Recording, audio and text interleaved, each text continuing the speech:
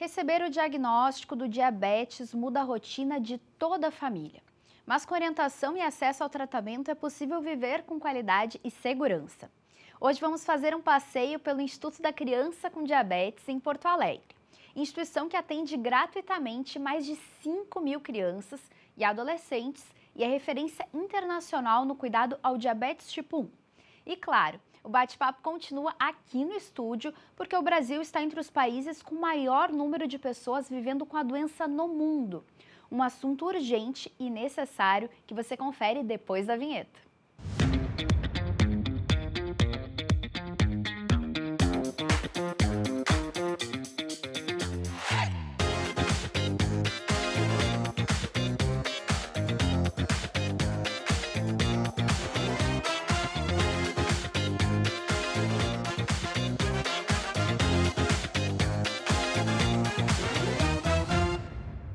E sem mais delongas, vamos agora para um passeio especial pelo Instituto da Criança com Diabetes. Um lugar onde profissionais acolhem, orientam e ajudam crianças e adolescentes e suas famílias a aprender que o diagnóstico não limita sonhos, mas pode ensinar novos jeitos de voar.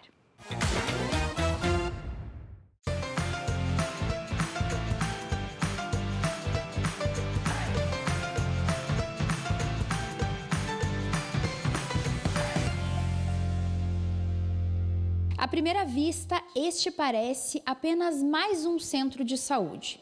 Mas para milhares de famílias, este lugar representa segurança em um momento de muitas dúvidas. Referência no acompanhamento de crianças e adolescentes com diabetes, o ICD ajuda a mostrar que o diagnóstico não limita sonhos. Fundado em Porto Alegre em 1998, o Instituto da Criança com Diabetes se tornou referência no acompanhamento de pacientes com diabetes tipo 1.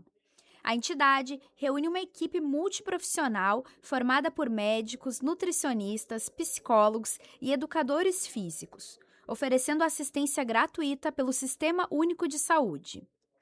E agora a gente está aqui com a Ana, superintendente do ICD. E já começo te perguntando, Ana, afinal de contas, o que é o ICD e qual a missão desse espaço tão importante? O Instituto da Criança com Diabetes nasceu com a missão muito clara de promover uma mudança na vida de pacientes, de crianças, jovens, adultos jovens que adquirem, que abrem um diagnóstico para o diabetes tipo 1. Porque o diabetes tipo 1 é aquele diabetes diferente do que a gente conhece na maioria das pessoas, que a avó tem, que as pessoas mais velhas vão adquirindo, né? E que tu muda o teu plano alimentar, tu pode tomar um remédio só, mas está tudo certo, as coisas começam a ter controle. O diabetes tipo 1, ele fica zerado de insulina, não produz, o organismo não produz mais insulina, então ele é totalmente dependente da aplicação de insulina. E é uma doença das 24 horas, 365 dias ao ano, não tem férias, não tem Natal, não tem nada. São decisões que têm que ser tomadas ao longo de todo o dia, muitas vezes por dia. Se tu vais almoçar, por exemplo, Bárbara, tu não tá pensando o que tu vai comer, quanto de carboidrato tem naquela alimentação, né? E eles não, eles é diferente, eles medem a glicose antes, eles medem depois, se tem que fazer ajuste, se uma criança fica gripada, uma virose, alguma coisa, isso altera também a glicemia dela. Então, o Instituto nasceu para dar este apoio com essa educação em diabetes, porque a gente acredita que a educação faz parte do tratamento, porque no momento em que tu mais sabe sobre a doença que tu tens, mas tu consegue fazer o controle, né? E é para isso, é para fazer a diferença na vida desses pacientes e dessas famílias que têm seus filhos com diabetes tipo 1. É um tratamento oneroso, eles recebem sim do poder público os insumos todos, mas quando o poder público falha, por exemplo, por qualquer motivo que seja, é aqui que eles correm. E aí a gente capta recursos para... Esse é um dos projetos, né? De alcançar para eles o que eles necessitam, porque quem tem diabetes não pode ficar sem. tem aquela questão pessoal, né? Por que a gente escolhe uma causa para lutar por ela? Nos conta um pouquinho mais por que essa também é a tua causa. Eu tive uma filha, ela ficou bem, mas ela teve leucemia e aí a gente, através disso, conheceu o início do Instituto Câncer Infantil. E quando não foi a surpresa, um sobrinho ficou com 4 aninhos com diabetes. E aí, a família, minha irmã, que já trabalhava com o terceiro setor e vinha, né, neste caminho, nós precisamos fazer um instituto para diabetes. E eu dizia, mas meu Deus, não tem o apelo, as pessoas não conhecem a doença. E até hoje, com toda essa caminhada, ainda é muito desconhecido. Imagina há 20 e poucos anos atrás, né? Não, mas nós vamos fazendo e tarará e tarará. E começou um grupo de pessoas se reuniu, o Dr. Balduino Tidel, que é diretor-presidente, e várias outras especialidades, e a gente começou a formatar como imaginava que deveria ser esse centro de atendimento ao paciente com diabetes. E por isso nasceu o Instituto da Criança com Diabetes. Normalmente acontece isso, né? A pessoa tem um susto ou nem sei bem como dizer a palavra, chacoalha para nos fazer o chamamento para se voltar para isso. Eu adoro o terceiro setor, sempre gostei muito e acho que cada vez mais a gente está atuando de uma maneira muito profissional, desde o início sempre com muita transparência. Mas afinal, o que é o diabetes tipo 1? E por que ele costuma aparecer ainda na infância e na adolescência? Quem explica é o fundador do ICD e médico endocrinologista Balduino Tidel. O diabetes tipo 1 é um tipo de diabetes que é menos frequente, bem menos frequente que o diabetes tipo 2, mas que surge mais abruptamente, em geral, numa faixa etária bem mais jovem, entre 0 e 20 anos. Entende? A média aqui é em torno de 10 anos, 8 anos, por aí, que começa o diabetes tipo 1. Mas tem todas as idades. Na verdade, 0 a 20 ocorrem 80% dos casos novos de diabetes tipo 1. Os outros 20% vão ser distribuídos ao longo das próximas décadas de vida. Mas a maioria é isso aí. Só que responde por apenas 5 a 10% dos casos de diabetes. Mas como ocorre numa pessoa jovem, muito jovem, obviamente tem mais consequências, porque se não tiver os cuidados adequados, é uma pessoa que vai ficar mutilada ou mesmo via óbito de uma idade muito precoce, o que obviamente isso impacta toda a sociedade, né? E muito frequentemente são pessoas que, por não se cuidarem também, não terem acesso ou não se cuidarem adequadamente, por não aceitação da doença, vêm a ter complicações muito cedo, quando não precisariam ter. Essas complicações quais são? Perda da visão, perda da função renal, perda de sensibilidade nos membros inferiores e, com isso, favorecendo amputações de membros inferiores. Então, o diabetes é uma patologia de cunho social muito grande, porque o diabetes mutila, o diabetes mata, e o diabetes causa um alvoroço na família, porque é uma doença das 24 horas, porque a pessoa tem que estar cuidando as 24 horas do dia, porque tudo gira em torno de comida, não é? Então, é agora, vamos comer o quê? São 2 horas da tarde, às 4 horas tem um lanchinho, o que eu vou fazer no lanchinho? Vou comer isso e vou fazer que dose de insulina que eu vou fazer? Aí eu tenho que ver como está a minha glicose. Para ver como está a minha glicose, eu tenho que picar o dedo aqui ou o sensor, que é uma coisa mais moderna. Mas, em resumo, você tem que estar pensando nesse teu problema às 24 horas do dia. Não é uma doença que você pode dizer assim, bom, tomei meus remédios, tchau, agora, se acontecer algum problema, não é culpa minha, eu tomei o remédio. Não, ali não, você tem que ser atuante, você tem que estar pensando em você. O que vai acontecer agora? Eu posso ter uma hipo? O que é uma hipoglicemia? Uma queda de açúcar. Só que uma queda de açúcar não é assim, fiquei tonto e tal. Não, se você não tomar uma atitude, essa queda de açúcar pode se transformar numa queda de açúcar grave, ou seja, que necessita da ajuda de terceiros. E se não tiver essa terceira pessoa para ajudar? Você está sozinho em casa, tem uma hipoglicemia, você cai, você desmaia.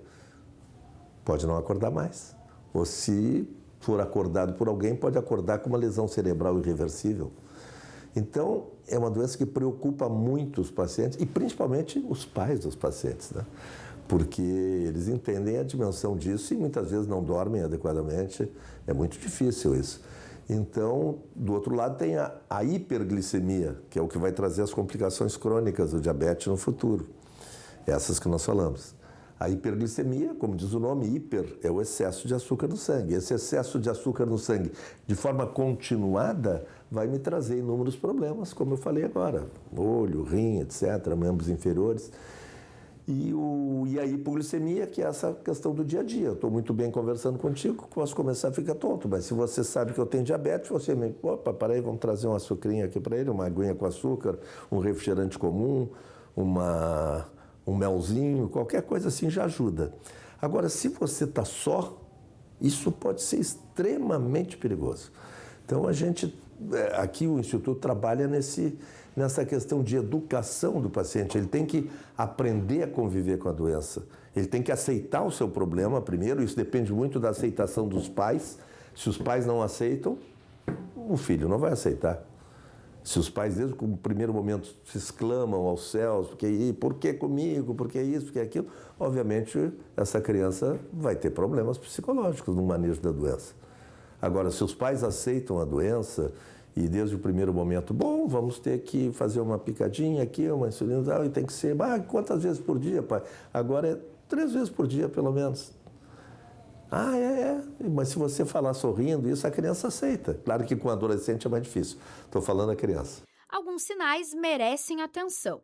Crianças que passam a urinar com muita frequência, voltam a fazer xixi na cama, sentem muita sede ou perdem peso mesmo se alimentando bem, devem ser avaliadas por um médico. O diagnóstico precoce faz toda a diferença no tratamento. Eu já trabalhava no Grupo Hospitalar Conceição, eu entrei aqui em 80, eu já trabalhava há 16 anos no Grupo Hospitalar Conceição e vi a dificuldade que os pais, como endocrinologista, ou seja, trabalhava com diabetes, e vi a dificuldade que os pais tinham de vir à consulta, etc. Então a gente só via a criança com diabetes ou adolescente com diabetes na internação, na emergência, na UTI, porque os pais tinham muita dificuldade de marcar consulta na época. Veja bem, hoje já se marca por WhatsApp, por isso aquilo. Na época era terrível de marcar consulta. E as pessoas não conseguiam chegar. Aí, casualmente, meu filho ficou diabético. Meu filho mais moço, eu fiz o diagnóstico nele aos 4 anos e pouco. E aí que eu comecei a entender a diferença de tratamento, não tratamento da forma de comprar isso, comprar aquilo, não era isso. Estou falando do tratamento da forma de conhecimento. O conhecimento que eu consegui alcançar ele e a diferença desse conhecimento que eu consegui alcançar aos pacientes aqui no ambulatório do Hospital Conceição, de endocrinologia, ou mesmo na internação, porque, como eu disse, eu via muito mais na internação. E aí eu disse, não, eu acho que agora chegou o momento de fazer algo diferente. E aí comecei a andar pelo mundo e vi que tinha vários centros mundiais muito reconhecidos que tinham esse perfil, assim, né? Em Boston, nos Estados Unidos, na Dinamarca, em Copenhague.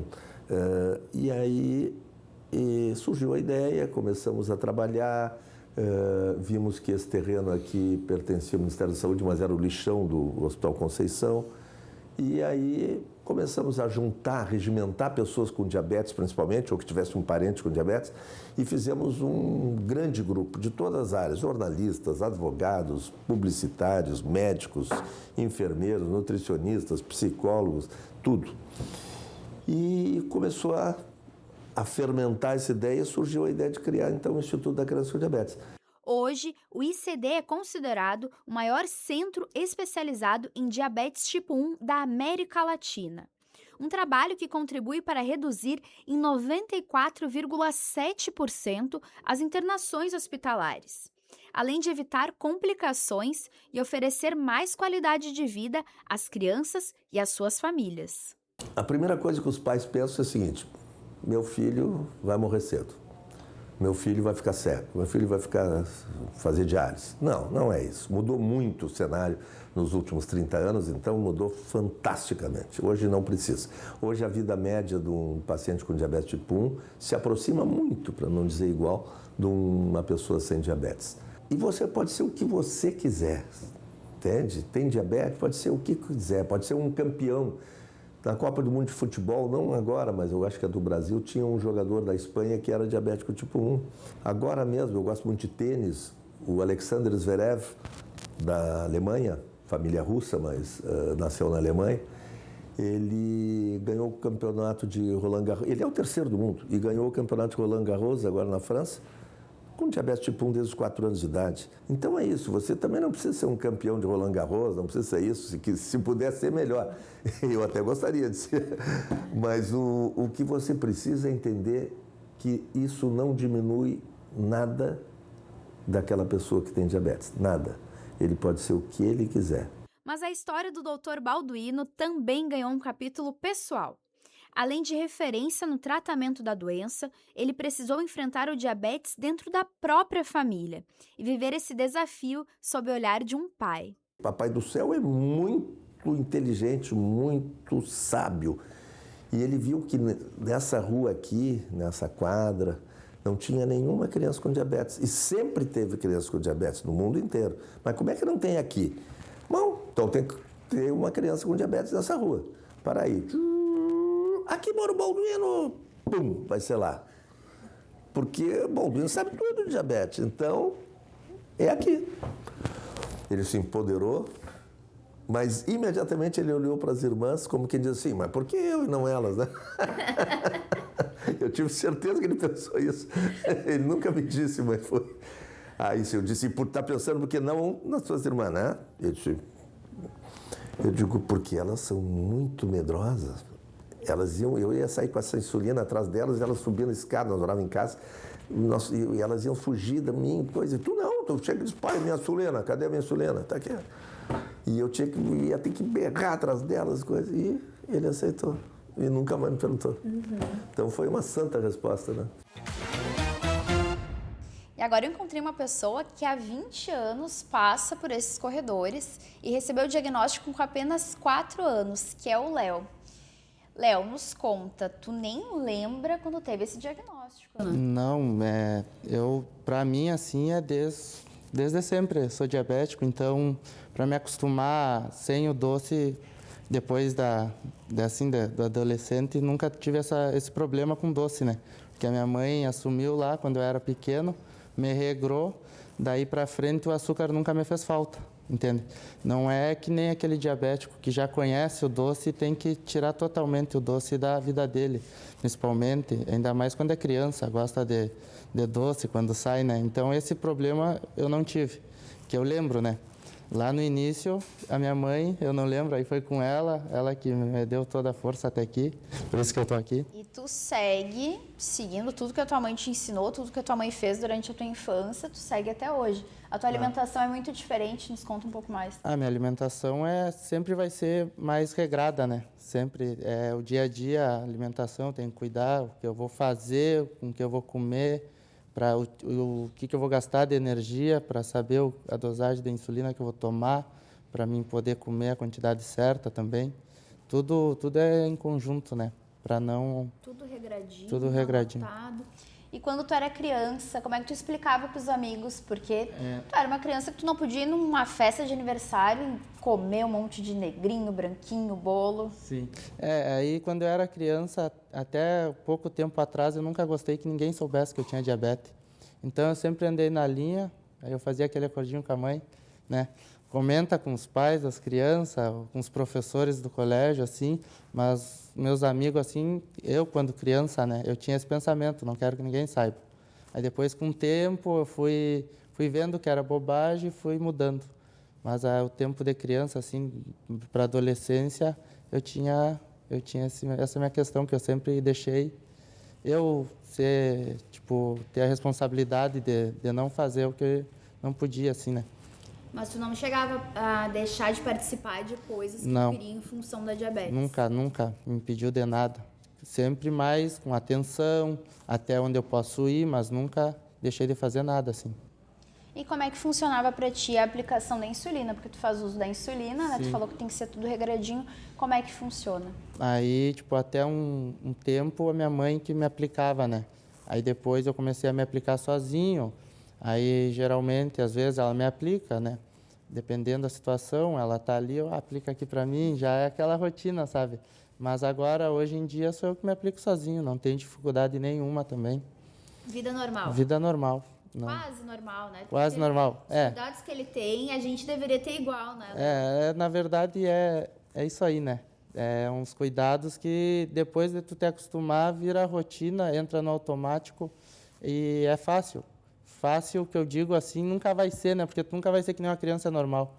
Tipo, tu tem que ter cuidado para não se machucar, tu tem que ter cuidado, tua glicose, tipo, tu vai jogar uma bola, tu tem que ir lá testar a glicose para ver como é que tá, para te não ter uma hipo lá no meio do jogo, entende? É sempre assim, mas tu deixar entrar na rotina, tu fizer isso daí certinho, não tem por que dar errado. Para quem está descobrindo ou declarou diabetes agora, no começo é difícil, é confuso, aceitação, todo o processo, mas depois vai ver que tu vai ter uma qualidade de vida saudável por conta do diabetes, ele vai, bem dizer, te obrigar a entrar numa qualidade de vida boa, e depois que tu te acostumar com aquilo, é uma rotina, uma vida ótima que tu vai ter, tendo apoio da tua família, que é o mais importante, e seguindo prescrição médica como está ali no papel, não tem como dar errado, tu consegue ser uma pessoa normal. Mas a história desse lugar começou muito antes dos atendimentos que acontecem hoje.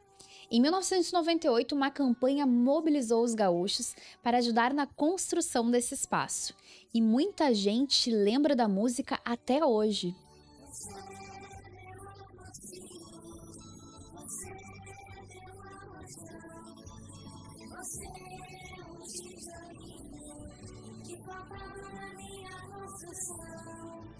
A campanha do Tijolinho mobilizou os gaúchos para tornar este sonho realidade.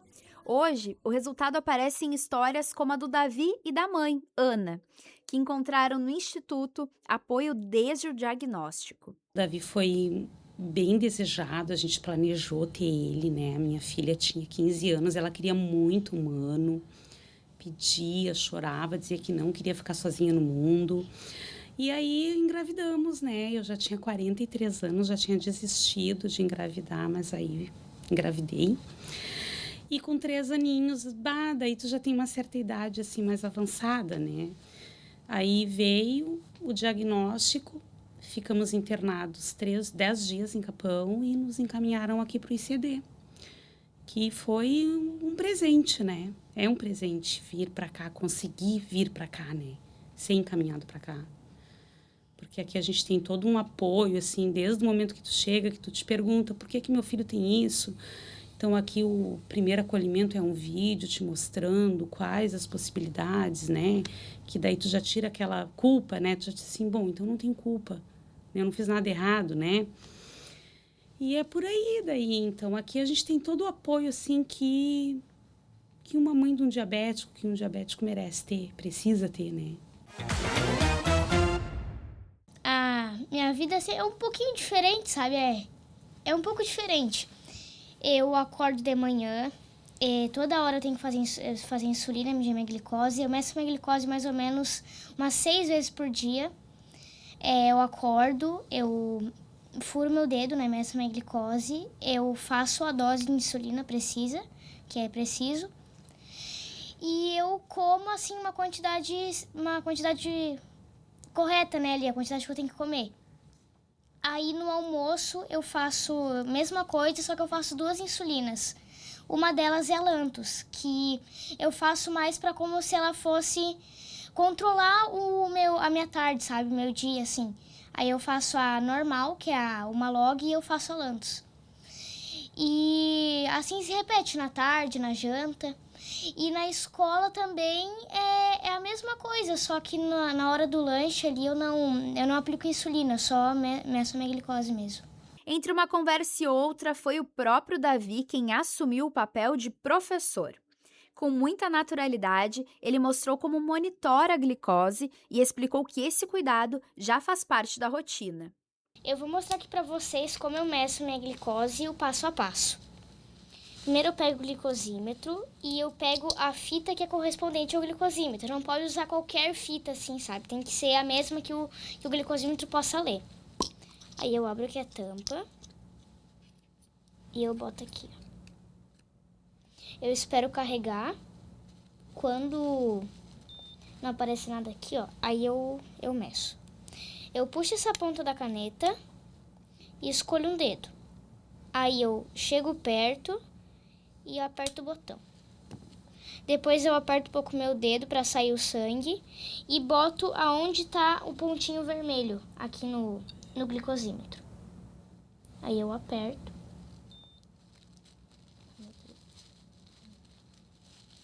Espero um pouco e depois eu vejo o resultado. E ela tá regular, tá 187. Tá boa. Quando uma criança recebe o diagnóstico, toda a família aprende a conviver com diabetes. A nova rotina exige conhecimento, adaptação e muito apoio. E é nesse caminho que mães, pais e cuidadores encontram no ICD uma rede de acolhimento para enfrentar os desafios da doença. Eu agradeceria muito por ajudar, né? Comprar o que precisa, por me levar aqui. Preciso agradecer, né, meu filho?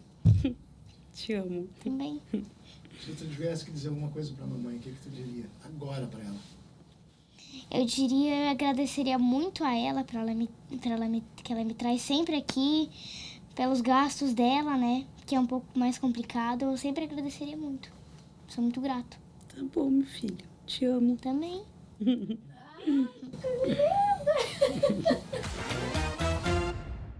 Ela é a pessoa que nunca desistiu de mim, né? Que sempre procurou descobrir o que eu tinha e é por ela que eu tô aqui e por muitas outras coisas que ela fez por mim e me acompanhou até hoje.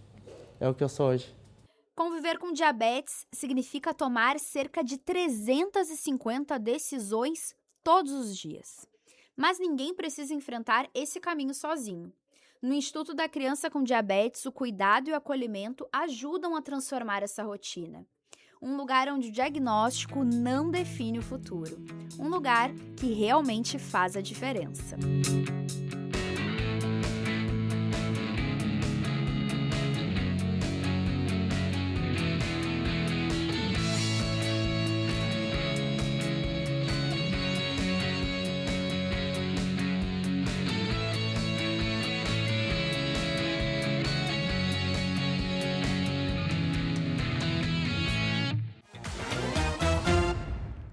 Obrigada à equipe incrível do Instituto da Criança com Diabetes que nos recebeu com tanto carinho. E cabe destacar que a instituição também depende do apoio da sociedade para continuar oferecendo assistência gratuita e de qualidade a milhares de famílias. Se você quiser conhecer mais sobre esse incrível trabalho, saber como contribuir ou acompanhar as ações do Instituto, basta acessar o site e as redes sociais do ICD. E depois do intervalo, o nosso papo continua aqui no estúdio com convidados que vão aprofundar a importância do cuidado integral no diabetes. A gente já volta.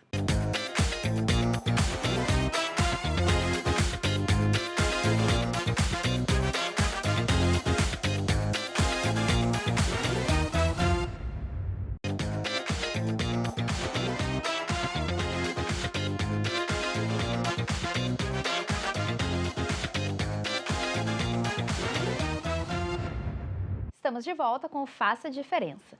Depois de conhecer o trabalho do Instituto da Criança com Diabetes, chegou a hora de aprofundar ainda mais esse assunto que é tão importante.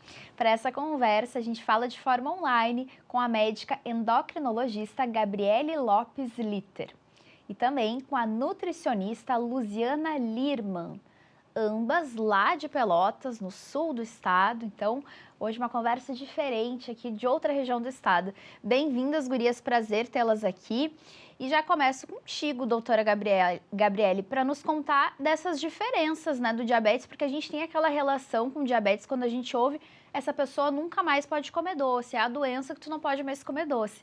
E não é bem assim, né? Então nos explica um pouco mais, tipo 1, tipo 2 e tem até o gestacional. É contigo. Bom dia, pessoal. É um prazer enorme estar aqui conversando com vocês. O meu nome é Gabriele, eu sou médica e endocrinologista em Pelotas e trabalho bastante com doenças metabólicas, incluindo pessoas que convivem com diabetes.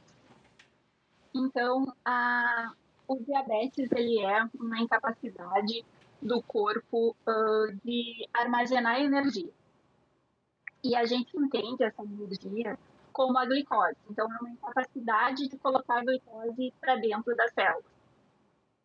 A diferença principal é que o diabetes tipo 1, ele é uma doença autoimune e o corpo produz células que atacam o pâncreas e não permitem a liberação da insulina.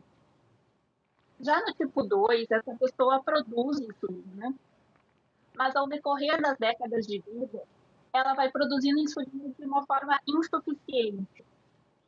E essa insulina não vai dando conta de colocar todo o açúcar para dentro das células. Então, a gente tem o diabetes tipo 2 muito associado com outras doenças, como o sobrepeso, a obesidade e o acúmulo de gordura visceral. O diabetes gestacional, então, ele é um outro espectro e ele vai principalmente ocorrer quando a pessoa não tinha nenhuma alteração prévia, tinha exames completamente normais. E na gestação, na primeira rotina do pré-natal, ao fazer uma glicemia de jejum, a gente vem com essa alteração. Então, é um diabetes que foi diagnosticado exclusivamente após a gestação. Uhum. E daí depois consegue se reverter esse caso, no caso da diabetes gestacional. É naquele período da gestação. Isso. A gente, após a gestação, após o parto, então, algumas pessoas têm necessidade de tratamento medicamentoso. A grande maioria seria mudança de estilo de vida, já resolveria. Mas, após o parto, é retirado qualquer medicamento e avaliado após 6 a 8 semanas se essa pessoa ficou ou não com o diabetes estabelecido. Na grande maioria das mulheres, ele é revertido, foi somente no período hormonal da gestação, mas essas pessoas, essas mulheres, vão ter um fator de risco aumentado ao longo da vida para vir desenvolver o diabetes tipo 2. E, inclusive, merecem fazer rastreio anualmente para a doença. Uhum.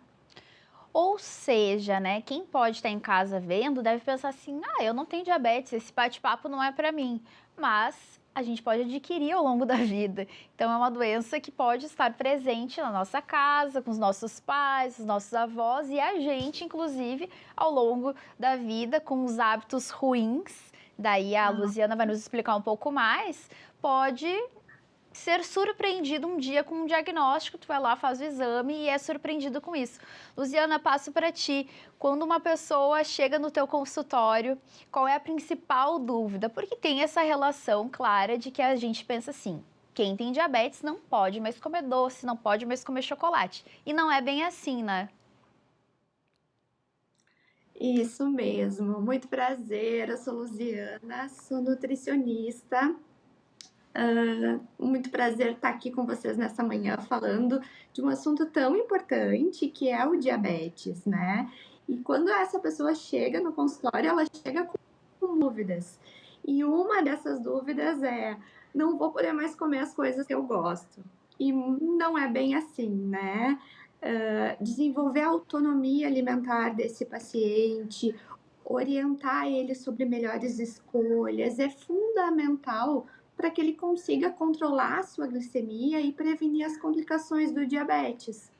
Então, com uma alimentação adequada, com a combinação dos alimentos, a gente consegue trazer uma flexibilidade alimentar para o paciente e desmistificar muitos mitos, né, que acabam tendo e vindo junto com a doença e o diagnóstico. E daí, então, queria que tu nos falasse um pouco mais, assim, porque efetivamente a pessoa não precisa deixar de comer absolutamente tudo que ela gostava, aquele docinho do final do dia, da semana, mas ela vai ter que encontrar um equilíbrio na alimentação. Com certeza, né? Eu sempre trago muito para o paciente que a rotina de hábitos a gente vai ter que trazer uma rotina mais saudável. Algumas coisas a gente vai precisar dar mais atenção, fazer algumas trocas mais saudáveis, para que ele possa se permitir, eventualmente, consumir alimentos um pouco fora desse padrão. Mas o que não pode é a exceção se tornar regra, né? Então, essas pequenas modificações, elas vão ser necessárias para o melhor controle da glicemia, para que ele possa, né, comer esses alimentos eventualmente, comer um bolo, um doce. Esses alimentos eles não precisam ser excluídos, mas eles vão ter que ter mais cautela no cardápio no dia a dia. Eu queria que a doutora Gabriele também explicasse um pouco dos sintomas, como a gente deve não prevenir, ainda não vamos chegar nesse ponto, mas os sintomas mesmo, que a gente pode notar ao longo da nossa vida ali que a gente não tá legal, o que a gente deve observar no nosso dia a dia que pode ser um indicativo de diabetes. Então, Bárbara, assim, o diabetes é principalmente uma doença silenciosa, uma doença sintomática. E por isso até que ele é bastante perigoso, porque ele vai causando danos, muitas vezes, antes de apresentar sintomas. Por isso que a gente deve fazer rastreio em pessoas que têm fatores de risco e universalmente após os 35 anos na população em geral.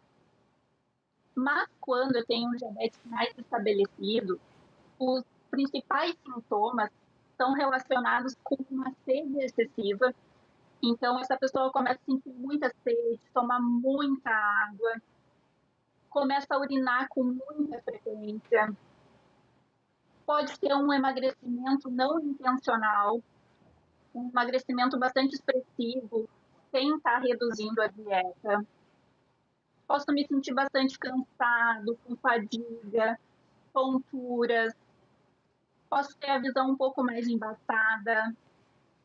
E também pode chamar a atenção aquele paciente que tem várias infecções recorrentes e não consegue curar. Trata uma, começa outra coisa. Então, esse paciente também deve ser investigado para excluir o diagnóstico de diabetes. E queria também aprofundar um pouquinho mais isso, doutora Gabriele, porque tem todos esses diagnósticos, né? Mas me parece, então, que o diagnóstico precoce é fundamental, já que é uma doença silenciosa, porque quando tu tem o diagnóstico, talvez tu já tá com alguns danos que talvez tu não consiga mais reparar. É isso mesmo? É isso mesmo.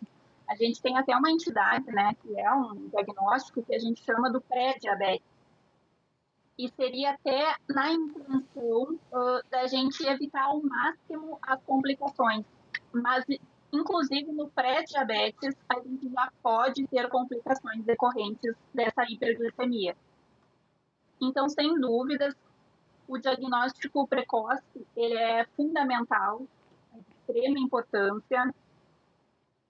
A gente visa, além de normalizar a glicose, de trazer isso para níveis normais em exames, principalmente evitar que esse indivíduo venha desenvolver alguma complicação micro ou macrovascular. O diabetes, silenciosamente, ele pode ir atacando os olhos, os rins, as extremidades, pode causar amputações e pode também aumentar o risco cardiovascular dessa pessoa. Então, ocasionar aumento de um infarto ou de um AVC. É uma doença silenciosa e que a gente não dá tanta importância, porque a gente fala, já tô pré-diabetes, todo mundo já ouviu alguém falando isso. E a pessoa não dá importância e ela traz tantas coisas negativas, né? Esse fato da amputação, os problemas oculares, é bem importante, a gente tem que falar cada vez mais sobre esse assunto. E me parece também, vou passar agora para a Luziana, que é um problema que vai mexer com a família, porque se aquela pessoa ali, ela vai ter que mudar os hábitos alimentares dela, os familiares vão ter que ir na esteira junto, porque é muito difícil tu mudar hábitos errados, muitas vezes, de uma vida toda, se tu não tem o apoio familiar. Faz sentido, né, Luziana? Sim, a família tem um papel bastante importante no controle, né, e na ajuda desse paciente para uma adesão do tratamento, né. Então, dependendo do ambiente onde ele está inserido, se é uma criança, os pais precisam fazer parte, né. É importante que aquele ambiente ele possa colaborar para uma adesão ao tratamento. para que a gente traga mais qualidade de vida para esse paciente, que ele consiga aderir. E a educação em diabetes, né? O paciente entender o que ele tem, entender o que é a doença, como a alimentação pode ajudar nesse controle. E o paciente ser o centro do tratamento, eu sempre trago muito isso, né? Para que a gente consiga juntos trazer mais qualidade de vida para esse paciente e modificação de hábitos, sejam alimentares, melhor qualidade de vida, inclusão da atividade física, são pontos importantes para o tratamento e a evolução desse tratamento. Não, uma coisa que eu aprendi no passeio do Instituto da Criança com Diabetes aqui de Porto Alegre, que é uma referência, né, para toda a América Latina, conhecendo o menino Davi, que vocês viram no primeiro bloco. Ele é um menino de 10 anos, ele convive desde os 3 com diabetes, então ele não sabe como é que é a vida dele antes do diagnóstico do diabetes tipo 1. E isso que tu falou de botar o paciente no centro do tratamento é fundamental, porque ele com 10 anos, ele tem autonomia, ele aplica a insulina, ele mede a glicose dele 6 vezes por dia, ele sabe o que ele pode comer, o que ele não pode, ele orienta a professora na escola, se acontece alguma coisa, fala para os colegas. E isso é fundamental, porque a criança e a pessoa que tem esse diagnóstico, ela vai ter que tocar a vida dela com algumas restrições, mas ela tem que estar ciente do seu diagnóstico. Faz sentido isso, né? A pessoa tem que cuidar ali da sua alimentação. Exatamente, esse apoio familiar e do ambiente, ele é essencial, né? Tanto o cuidado, né, da criança no ambiente escolar, da professora, e principalmente trazer, né, esse paciente como centro, que ele saiba também expressar, comunicar, e isso é fundamental, né, para que a gente, no caso, previna uma hipoglicemia, uma hiperglicemia. Então, esse apoio é essencial da família, dessa conscientização e educação dos familiares e das pessoas de volta. Uhum. Agora para a doutora Gabriele, pode ser meio boba a pergunta que eu vou fazer, mas acho que é importante. É uma doença que tem cura, não tem cura? A partir do momento que eu tenho a diabetes, eu vou ter que conviver com ela. Como é que funciona? Então, a gente considera o diabetes uma doença crônica que não tem cura. Mas isso assusta no primeiro momento, mas eu vou explicar melhor. A gente fala, no caso de doenças crônicas, a gente não costuma falar que ela foi curada, a gente costuma falar em remissão.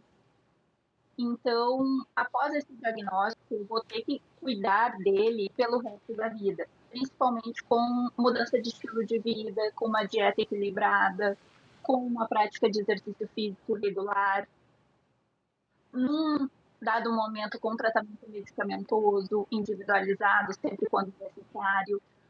Mas mesmo em pessoas que retiram o tratamento medicamentoso, eu não falo de cura. No caso do diabetes tipo 2, né, quando isso é possível. Eu falo em remissão da doença. Essa doença está em remissão, mas ela pode, se os hábitos não forem cuidados, ela pode retornar. E no caso do diabetes tipo 1, por ser uma doença autoimune, por eu ter anticorpos circulando e não ter produção de insulina, daí eu não tenho possibilidade de ficar sem tratamento medicamentoso. Essa pessoa vai ter que usar insulina desde o diagnóstico por toda a sua vida e é extremamente necessário que ela não pare, que ela não fique sem o tratamento. Mesmo que ela tenha um excelente controle, a insulina é necessária para ela viver. Uhum. E eu acho interessante falar sobre isso do tratamento e tal. Como tenham mudado, né, os tratamentos ao longo dos anos, como é que a gente está nesse momento para o tratamento de diabetes? Porque realmente eu acho que é um diagnóstico que assusta, porque está muito, muito ligado àquela ideia assim, a minha vida mudou, eu não vou mais poder comer o que eu gosto, não vou ser feliz, eu não vou poder ir numa festa. E não é bem assim, tem vida normal, tu vai poder comer o teu docinho no final de semana, mas como é que tá os tratamentos atualmente, as evoluções que a gente tem tido nessa área? Então, o tratamento evoluiu muito, principalmente no caso dos pacientes com diabetes tipo 2. A gente tem um arsenal terapêutico gigante hoje em dia. Nos últimos 20 anos, a gente, com o incremento dos análogos de GLP-1, com as medicações subcutâneas, né, conhecido como as canetas, a gente tem possibilidade de remissão da doença. A gente tem várias medicações que vão atuar, além de diminuir a glicose, prevenindo complicações, prevenindo hospitalizações, diminuindo mortalidade.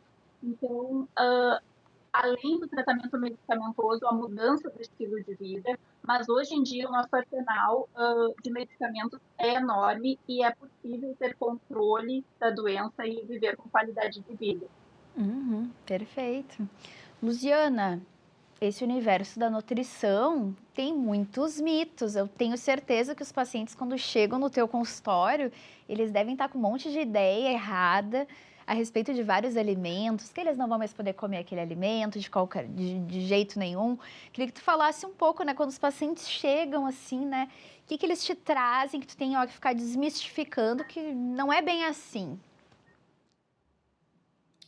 Eu acho que um dos principais mitos que aparece dentro do consultório é a questão de que pessoa com diabetes não pode comer frutas, né? Eles acabam tirando determinadas frutas da alimentação com esse receio. E, na verdade, isso é um grande mito na pessoa com diabetes. As frutas, elas são um tipo de alimento rico em fibras que devem fazer parte da alimentação, sim, porque tem um efeito muito protetor. Agora, como nós vamos consumir essa fruta, que horário, talvez isso a gente tenha que organizar um pouquinho melhor, de acordo com a característica de cada paciente. Mas um dos principais mitos que vem para o consultório é: não vou tirar as frutas da alimentação, porque frutas vai aumentar a minha glicemia. E olha só, já me sopraram aqui no ouvido uma pergunta. Se existe alguma fruta que seja boa para diabetes, que a pessoa possa usar, botar na sua alimentação. O pessoal tá lá no switch ouvindo tudo.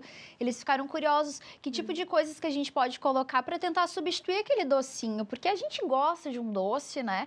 Mas a gente tem que tomar... consumir com precaução, nem nada em excesso, mas que fruta que poderia ser usada assim para uma pessoa com diabetes com segurança? Não tem nenhuma fruta em especial que tenha um poder, né, maior de controle de glicemia. O que a gente indica é frutas com bagaço e frutas com casca vão ter um teor maior de fibras, e isso vai favorecer um melhor controle da glicemia. Mas a gente pode estar utilizando uma pera, uma maçã, uma banana, uma laranja com casca e com bagaço, né? Colocar essa fruta, uma fruta que o paciente tenha uma preferência maior, trazê-la para o cardápio, ela é super bem-vinda e muito bem-vinda no cardápio. Uma questão que eu acho que dá para a gente evitar e ter cautela são os sucos concentrados de frutas. Esse a gente tem que ter um pouquinho mais de cautela na hora do consumo. Mas essas frutas com bagaço, com casca, são muito bem-vindas e devem fazer parte da alimentação. Sim, porque a gente acaba tomando um suquinho, achando que tá arrasando, mas ali naquele suco tem 5 laranjas, né? Daí é preferível tu comer uma laranja do que tu tomar o suco que tá ali super concentrado.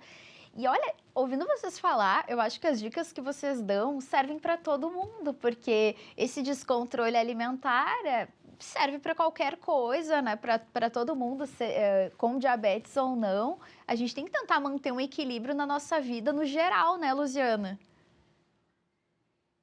Sim, uma alimentação saudável, né? Ela age tanto na prevenção do diabetes, de pessoas que não têm, e isso é fundamental, a gente montar um prato bem bonito, aquele prato que a nutricionista indica, prato de saladas, fazer uma boa escolha de proteína, uma carne, um arroz, uma proteína vegetal, um feijão, o prato do brasileiro, né? Arroz, feijão, uma carne, uma salada, é um prato bem equilibrado que vai entregar nutrientes e vai ter uma qualidade nutricional bem interessante.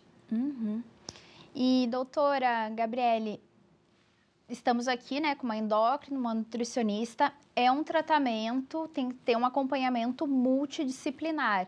O endócrino vai fazer o diagnóstico, vai ver a quantidade de insulina, se a pessoa precisar, as medicações, mas uma série de profissionais vão ter que estar junto daquele paciente quando recebe o diagnóstico. Com certeza.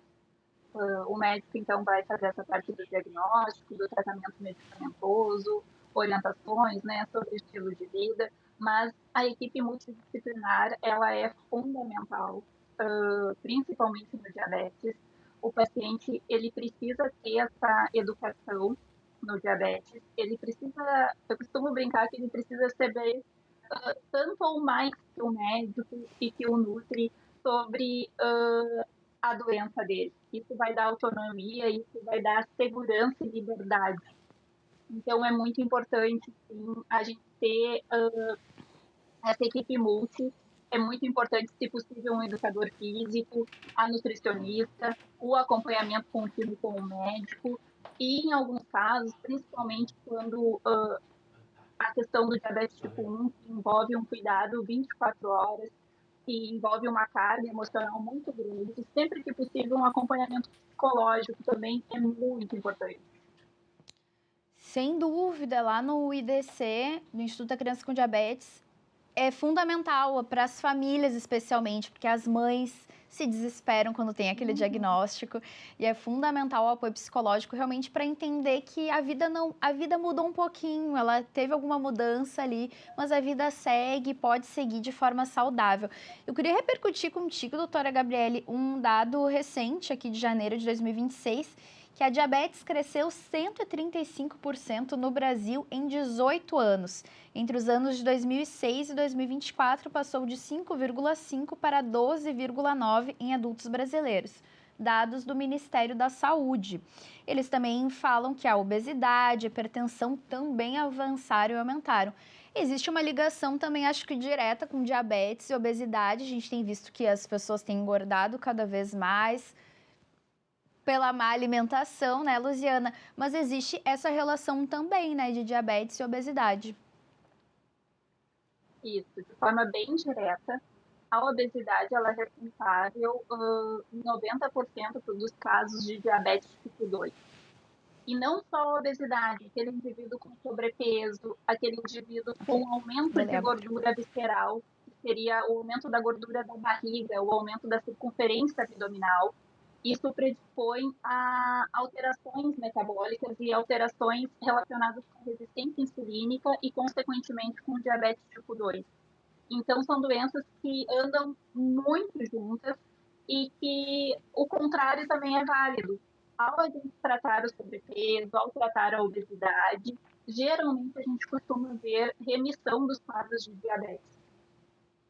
Daí vou jogar para a Luziana. Daí, mais uma vez, a gente vai falar. Boa alimentação e atividade física, fundamental também para a obesidade, né, Luziana?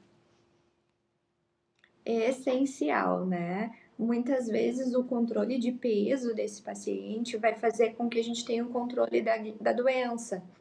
Então, a alimentação adequada, personalizada nesse caso, ela é fundamental para que a gente consiga controlar esse excesso de peso do paciente, diminuir a circunferência abdominal, diminuir o peso e trazer mais qualidade de vida, evitando essas complicações do diabetes em decorrência ao excesso de peso. Uhum.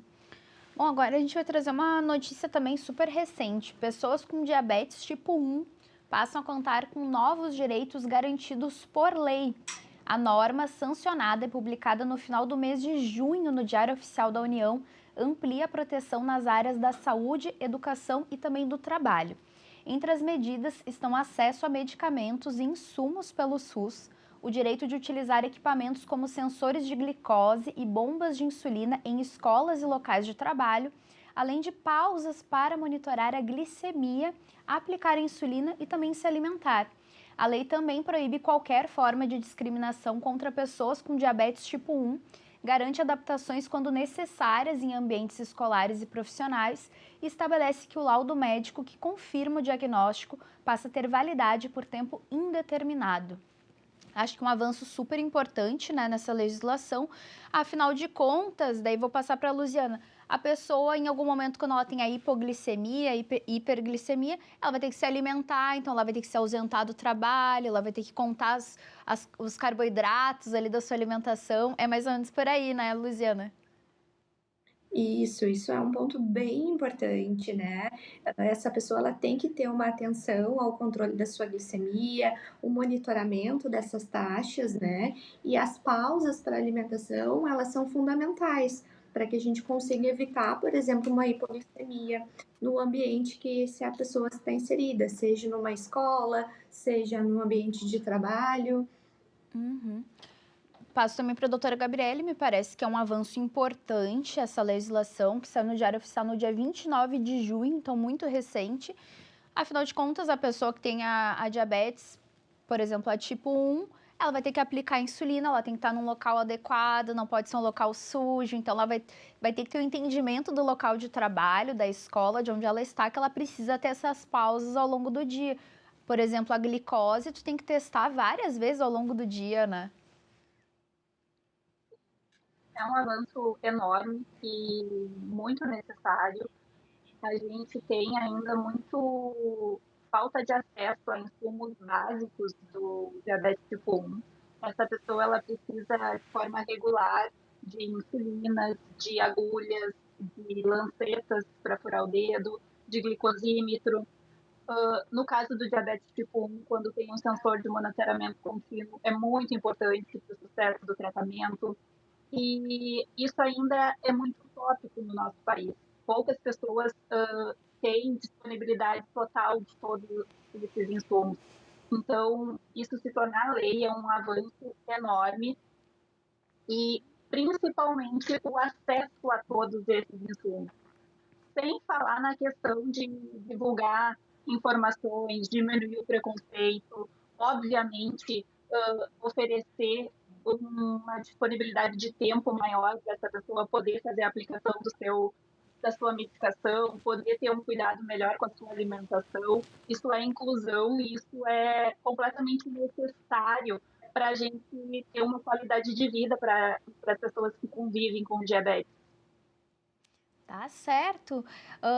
30 segundinhos para cada uma, assim, uma mensagem final, e acho também uma mensagem que não é o fim do mundo. Eu acho que fundamentalmente não é o fim do mundo, é uma mudança de vida, mas que é possível. Luziana, mensagem final. Então, né, que o tratamento nutricional, esse cuidado seja sempre centrado no paciente, que o paciente seja o centro do tratamento, que ele possa ter autonomia, entender o que está acontecendo com ele, para que ele consiga fazer melhores escolhas, que tenha qualidade de vida. Gabriele, mensagem final para quem nos acompanha. Então, eu acho que é importante frisar que o diabetes é uma doença. Ela não é decorrente de falta de força de vontade ou não é decorrente simplesmente porque o indivíduo comeu mais doce. Ela é muito mais complexa do que isso. E as pessoas que convivem com diabetes, elas podem trabalhar, estudar, viajar, engravidar, praticar esportes. Elas podem e devem fazer tudo o que elas querem, mas elas precisam desse acompanhamento contínuo e desse cuidado integral com a saúde. Perfeito. Obrigada, gurias, por todos os esclarecimentos e obrigada a você que nos acompanha. Hoje a gente vai ficando por aqui, lembrando sempre que você pode rever essa e outras edições do Faça a Diferença no canal do YouTube aqui da Assembleia, no endereço que tu vê aqui na tela. Nos vemos na próxima semana, quando a gente traz outro assunto que pode fazer a diferença. Tchau!